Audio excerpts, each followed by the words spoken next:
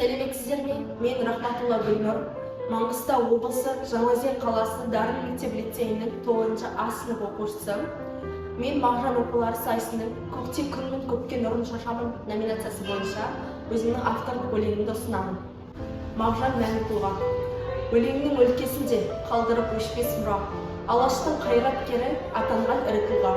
Дарыған әкесінен ақындық қасиеті, мейірімдік жұмсақтығы дарыған шешесінен. Әр өлеңін, әр сөзін оқысаң жалықпайсың.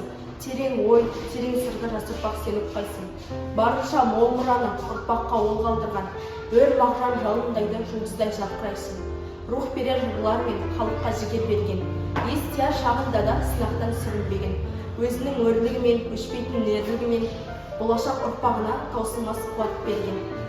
Арыстандай айбарлы қайраттанып, орындалмас арманмен айғаттанып, Мағжан ол ұлттың мұңын шерткен ақын, өрлеген ұлттық рухпен қайраттанып.